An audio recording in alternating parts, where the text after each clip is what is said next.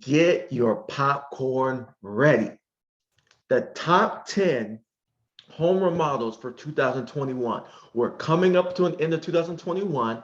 We've looked back, we've seen what worked, what hasn't worked, so that you can be prepared to either get your home ready for the market in 2022, or you can just update your home and enjoy a new and refreshed home for yourself in the year 2022. What's going on, guys? My name is Adam Odurumi. I'm the founder and CEO of Uprise Real Estate Partners. We're a brokerage here in San Antonio, Austin area. Also own some other companies, but I wanted to create this video for you guys because, listen, our team, we've sold thousands of homes, right? On top of that, we have millions and millions of dollars in sales in real estate. And so we've learned a thing or two when it comes to understanding how a home needs to be updated, what different demographics want in a home, where sellers get a return on investment when updating or renovating their home so they get the most bang for their buck. Too many realtors and too many agents tell their clients and their sellers to just do everything, but they don't give their people context. And context is key to it all, right?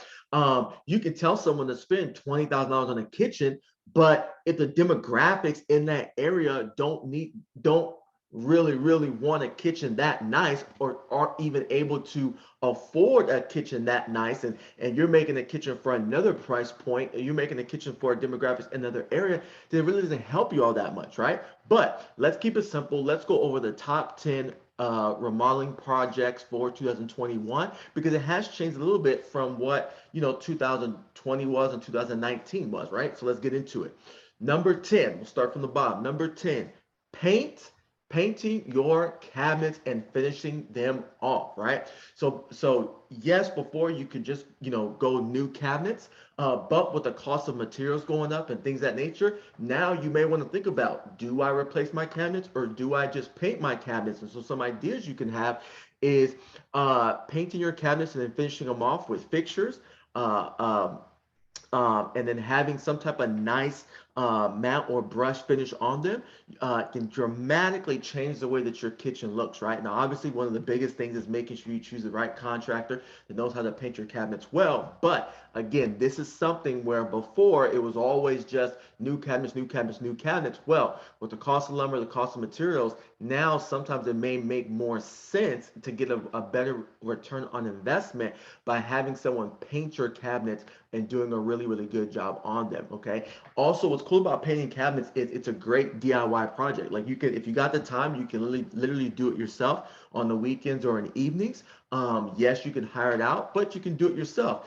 Thank God for YouTube. There's tons and tons of YouTube videos. And what's great about painting wood cabinets is if you mess up, you can always strip them down and try again, right? So let's talk more about cabinets. So what else is in? Two-tone cabinets are in. Yes, two-tone cabinets are in. Blues are in. Grays are still in. Grays been in for at least a couple of years now. Well, guess what? They're still in, right? But now we're seeing combinations of blue and white, and blues with several different colors. We're seeing grays are still in. We're seeing whites are still in, obviously. And so the biggest thing to make sure that you do when you enhance your cabinets is add fixture, guys. Add fixtures, and don't get in the trap of getting so expensive fixtures that you decide not to do it. Guys, there are nice looking, cheap and affordable fixtures that you can put on your cabinets, and it makes the biggest difference in the world. Nice hinges, nice fixtures can update your kitchen with painted cabinets dramatically. All right, number 9, let's get into it. Number 9, an exercise room. What'd you say, Adam? Yes, an exercise room. So what's happened is, because of COVID, and I know what you're saying. Oh, Adam, COVID's almost over. Well, let me tell you something, okay? If you go back to my YouTube channel, you go back to some of the earlier posts we used to put out. When COVID came out, we said this is not going to be a short-term fail. When you look at past epidemics, when you look at past viruses, they've always spanned over the course of a couple of years. And so when everyone's saying that COVID was going to be gone by summertime in 2020, we were saying nope. When everyone said it was going to be gone by the spring and the summer of 2000, 2021. We were like, nope. So I've been telling everyone that I think there's going to be one more wave, and this is I've been saying this for a while now because I have great mentors, I have great sources, do a lot of research. That we got one more kind of big wave this winter, and it's been quiet recently, but now we're seeing some uptakes happen. And then hopefully, as we get into 2022, further on, and then 2023, it'll kind of just not be as big as it has been. So we're thinking that this is going to be kind of the highest point COVID's going to be at, and then start to kind of fade from there. Not saying there won't be deaths, not saying there won't be issues, but it'll just start to kind of fade on a downward type of trend. So when COVID happened, gyms, as you know, with restrictions, gyms shut down. So a lot of personal trainers were losing money because they couldn't get people to gyms. The gyms weren't even open. People didn't even want to go to the gym, right? They didn't want to go to the gym and get sick. So a lot of people started even more so what? Working out at home, getting their Peloton bikes, working out in the garage, or working out in their room, right? And finding ways to stay in shape and work out at home, not only because they wanted to work out and stay in good shape, but also because of the stress of just being home and everybody being home. They're like, I need to work out some stress, right? So whether it was going out for walks or working out inside the home, exercise rooms are big. So many of us, a lot of people have found a routine in working from home, and so by working from home, they can also now utilize exercising at home in between their work. It's a good way to break up their work day. So exercise rooms are very valuable, and a lot of homes now are coming. A lot of buyers are looking for homes with an extra bedroom, with extra space in the garage, with an extra space in the living room, maybe a bedroom that maybe you've had a bedroom that wasn't really conforming. Well, now you can change that room into, you're like, oh, it's too small, or it used to be the baby's room, but no one uses it now. We'll change that room into an exercise room, and now it becomes more desirable if you want to sell it on the market, or might help you work out more, right? Who knows? Okay. So understand any additional outdoor space, whether it's garage space, garage base, detached garages, sheds, could also be converted into a workout or exercise room. So, you can just put in some good flooring, or just put a couple mats, put some weights up into place, some Swiss balls, kettlebells, have yourself a wonderful exercise room. So when buyers come in, they know exactly what this room is used for. If they want to use it for something different, that's their prerogative. But coming to your home, if your home is on the market, coming to your home and seeing that your home has a dedicated exercise room as opposed to other houses where they got to figure out where to put it, gives you an advantage. Buyers are loving that right now, and they would love to take over that space and enjoy it for themselves. Okay. Next, so check this out. You have not heard this on past year list. Having number 8, having a Zoom room. Yes, a Zoom room. What does that mean? Having a room where it's dedicated to doing what I'm doing with you right now, recording videos and having conference calls and doing interviews and talking to people. So whether you're doing school online and you're needing to use a webcam or use Zoom, and you're doing it for education, whether you're doing it for work and you need to have conferences, whether you are recording content and video like I'm doing right now, whatever the reason is, having a dedicated Zoom room is now something of the current and something of the present and something of the future because of COVID. It really sped us up into having these kind of things set up in our homes. And so it can be an office, right? It can be an office, but it really needs to be geared towards being able to do video conferencing, things like that. So if your office is like just out in the open, right,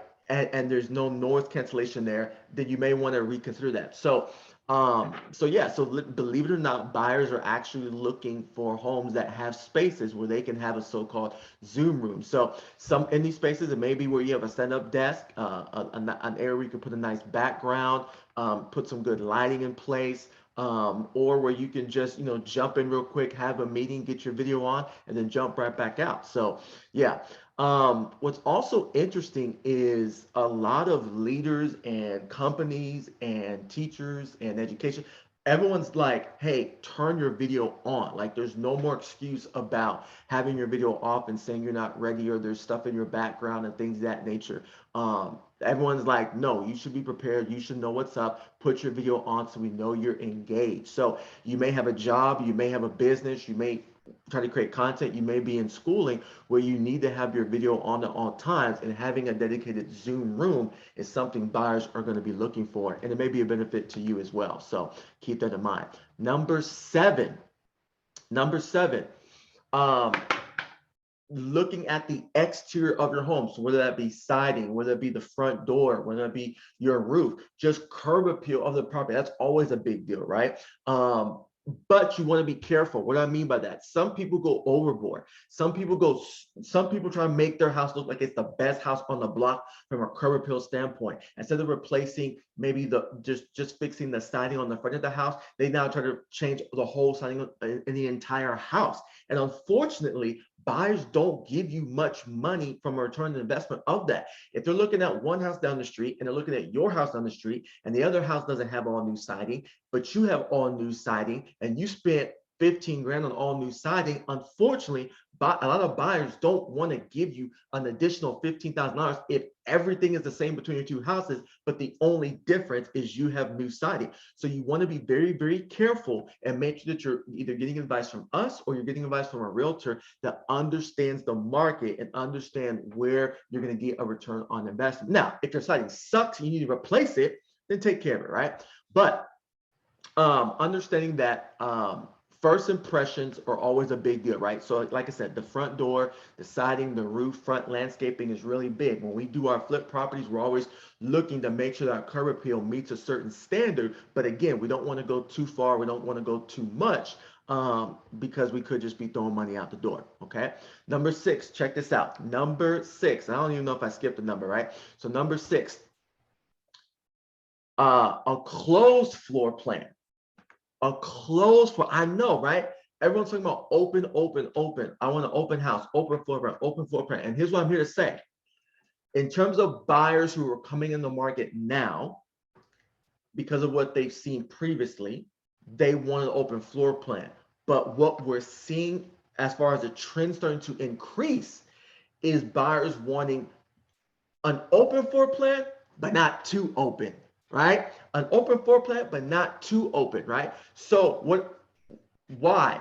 Because of what I mentioned earlier, some buyers are needing to have dedicated space. The kids over here, the wife over here, the husband over here, whoever, mom and grandparent space over here. Like, because so many more people are in the house for more time. Think about it, guys. More people are working remote and working from home than ever, right? In the United States, right? Since the time of farming, I guess, right? More students are either being homeschooled or getting their education at home than ever. So that means the family is home together more at the house than ever before. And so people want their dedicated space. So why do I bring this up and why is this important for you to understand? If you have a home or you're going to buy a home or it's an investment home, before you start going in and just tearing down all the walls, you may want to consult with us or a real estate professional that understands demographics and investment to understand which wall should you take down and which wall should you not take down. It may be a situation where we say, don't take that wall down. That's a great work area. The buyers for this type of house are going to want to have a work area. That may be a good area for a student to learn and have education. Maybe a good area for a Zoom area, things of that nature. So make sure that you reach out to us or reach out to someone that knows what they're talking about and they give you that insight. Because like I said, it's weird. We're seeing this trend where buyers want open, but they don't want too open, right? So it's definitely interesting. So also understand this, because a lot of people, we're also seeing an increase in people wanting some dedicated dining room space. They don't want to just eat in the kitchen or have a small space by the kitchen. They want to have a dedicated dining room area as well. So some are taking that dining room area and making it an office or a Zoom room or a separate space, and some are keeping a formal dining area because they're looking to entertain more people at home as opposed to going out, right? Next, number 5. A home office. I've already said things that alluded to having a home office. But like I said, more companies are allowing their employees and their staff to work from home. More companies are allowing their employees and staff to work from home. And so this is a big deal. I believe that we're going to see builders start to build homes. I don't know if it's next year or 2 years from now, but we're going to start to see builders start building homes where there's two offices in the house.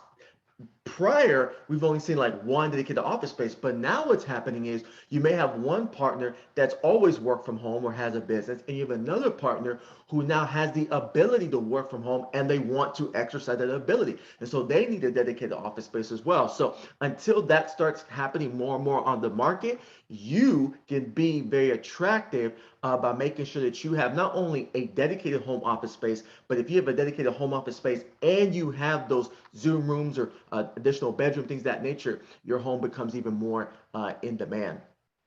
Another thing, number 4, flooring. Flooring, okay, and I don't just mean carpet, like oh the carpet's oh let's put new carpet. Carpet's fine. Carpet, it makes it look good, but this is not what I'm talking about. When I say new flooring, I mean like changing the flooring. I mean going from carpet to vinyl plank. I mean going from laminate to vinyl plank. I mean going from laminate to wood, laminate to tile, going from tile to a different tile. Flooring is huge right now because when you talk about paint and you talk about flooring, those are the two biggest returns on investments you can find in a home because it's so much surface area. Even a kitchen that looks nice, if it's a small kitchen, you updated it, it's nice and updated, but it's not that big of a space. But flooring and paint, because it covers so much surface area of a home, and from a price per square foot, they're one of the cheaper things you can do in a home. It makes the biggest difference when you have buyers looking at your home, and plus you'll enjoy it as well, being able to just walk, feel, sit, look at new flooring in your home. Number 3, swimming pools. Yes, swimming pools are huge right now. Again, because of COVID, people not going out as much for their entertainment. Now, yes, things are opening up and people are starting to go out more and more now, but more people are looking to be at home for their entertainment, right? Now, we haven't seen this much demand for pools since everybody and their mom was trying to get a pool in California back in the 1980s, right? When California was blowing up. So everyone wanted a swimming pool, right? Well, swimming pools are back, right? So if you're in an area that has great weather, right, which we are in Texas, and you have at least 3 months out the year where it's hot in summer, obviously San Antonio, Texas, then getting a swimming pool is a great proposition. So in our marketplace, here's what's cool about the pools. In our marketplace, when a moving ready home comes on the market and it has a pool, it's always multiple offers, always in demand, especially for out of town buyers that are coming in also. So understand, one thing to make sure you keep in mind, pools are costly. Okay, they can be 50, 60, 70, 100,000, $200,000, just depending on what you get and what kind of pool you have, and then all the accessories and the decking and the seating and the furniture and all that kind of stuff that comes with the pool. So you definitely want to make sure you think twice about how much capital you want to put into getting a pool. But overall, pools are good investments. But my recommendation is, if you're going to live in the home, then get a pool that you can at least enjoy for the next couple of years, so that your full return on investment isn't just on dollar for dollar ROI. You get your enjoyment, you got something out of it, and then your home can sell for more money than everyone else's because you have this great pool, right? But if you're not going to enjoy it, if you're thinking of moving and putting a pool in, then you want to do it very minimal as possible, because pretty much like just the fact that you have a pool gets you the most ROI, and the more expensive you make that pool, you get less of an ROI for every increase in dollar. Hope that makes sense. Number 2, outdoor eating spaces. We're seeing more and more of this. We're seeing outdoor entertainment spaces, additional patios, decks, fireplaces outside, kitchens outside, additional built-in grills outside. So focus on decks, patios, adding decks, refinishing decks, repurposing decks, covered patio, things of that nature. Outdoor areas where you can barbecue, you can entertain friends and family. You can, instead of having everyone cooped up inside, you can have everyone in the backyard or the front yard. And so this is really, really big that we're seeing. And so what's interesting is um, we're starting to see home builders incorporate this more and more as well. And so again, if you have a home and you start adding these things as well, you can start understanding, one, what am I going to enjoy? And then two, what's going to give me an ROI if I decide to sell my property in the future as well. And then number one, if you can imagine it, number one, and it's a combination, is your kitchen and your bathroom upgrades, right? Your kitchen and your bathroom upgrades. Understand, kitchen upgrades are so important because so many people have now made it a habit to one, either eat inside more or eat healthier, which means they eat from home more, right? But make sure you don't overspend. You have to be careful. What I mean by this, too many owner occupants, people that live in homes that don't understand that aren't used to renovating properties from an investment standpoint, allow some contractors to overcharge them and get them to overspend so much in their kitchen when they don't really need to, right? So there is a point when where you can overspend too much in the kitchen where it doesn't make sense and you don't get an ROI, right? So that's where you want to again consult someone like ourselves or someone else where you're able to understand, okay, what am I getting for myself? What am I doing for myself? And what am I doing to get a ROI? And then is there a happy medium between the two? More and more people are loving and enjoying being able to prepare their dinners more and preparing their lunch and their breakfasts with their family because their kids are at home, the other spouses at home, right? With their friends. They want to entertain. We're hearing that over and over again. We like to entertain. We like to entertain. So focus on your kitchen upgrades. Your kitchen upgrades are major upgrades. Like, you can do also besides the cabinets and the countertop and backsplash, you can also do appliances, which makes a big difference as well. And obviously you can do new cabinets. And here's the thing, if you do new flooring as well, then that helps the kitchen also, right? So where the areas I want you to, some things that you may not have thought about also are areas in the kitchen for preparing big dinners for a group of people, people meal prepping. So that's why we're starting to see even bigger islands. We're starting to see additional counter space, in the sides or the corners where they can set things aside and then come back to it, right? We're also seeing people, buyers desiring areas in the kitchen where they can have walk room where there's enough room for two people to be on one side of the cabinet, one side of the countertop, another side of the cabinet without their butts touching, right? So we're seeing people trying to expand their kitchens, not really having to get too big, but just giving yourself a little bit more walk room where you can have several people in the kitchen and not be rubbing each other's butts, right? Let's talk about this, cabinets and drawers. So what we're seeing is buyers are wanting drawers that are a little bit deeper, that have some depth to them. So yes, buyers want long cabinets, and that's been the thing, shallow and long. But now we're also seeing that buyers are like, hey, I don't want I need to be able to stack some stuff in a cabinet. It's like, oh, people are like, oh, I just thought you need more length space. But now buyers are saying, okay, I also want to be able to stack some things in a cabinet. So I need some more depth in my cabinetry. So you can decide what's best for you, and see, what your preferences are. But that's a game changer. And then bathroom remodels, pretty much it comes down to tile. If you got a nice tile and you put it in the bathroom, whether it's on the floor, whether it's above the tub, or whether it's stand-up shower, like it's gonna do nice, right? Do you have to have a stand-up shower? No. Does it help? Yes, but it really comes down to nice tile in the bathroom. So guys, if you have any questions about anything that I mentioned today, if you have any questions about a remodeling job that you're already doing, if you have any questions about what you should do to get a home already on the market, or you just want to do something for your preference, your taste, for you to enjoy, and you just want to make sure you want to have a better idea as far as what your budget should be, reach out to us. That's why we're here. So we got two phases, right? We have our brokerage side where our agents, everyone's an investor, everyone understands the investment space, so we can help you understand getting your home ready for the market and what the type of buyers that would buy your home, where you would get the most return on your investment, and we can advise you there. But then we also have our project management service company where we have consultants. Our project managers can consult you on what you can do for your renovation. So not only can our project managers kind of the first service is actually help you manage your renovation, to make sure, try to help you stay within timeline, stay within budget, things of that nature, build your scope of work, all of that. But we have a new service where we can also just provide consultation services to you and just help you brainstorm, help you strategize, and develop a good game plan that you can then move forward and execute on your own,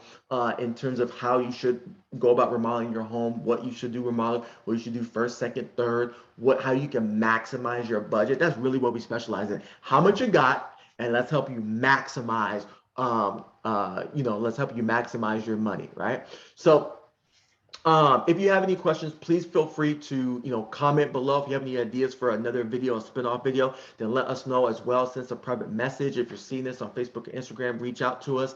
You can also visit our website, uprisingtx.com. But guys, we appreciate you. We thank you so much for taking the time to watch this video. Also, just let you know, I've sold a lot of homes. Right, we've sold a lot of homes, and so we also invest in properties. I've mentioned to you about the project, so please don't hesitate. If you don't ask us, who are you going to ask? The great thing about us is our perspective is from all around. We have the perspective of an investor. We have the perspective of an owner occupant. We have the perspective of getting a home ready on the market to look good for buyers.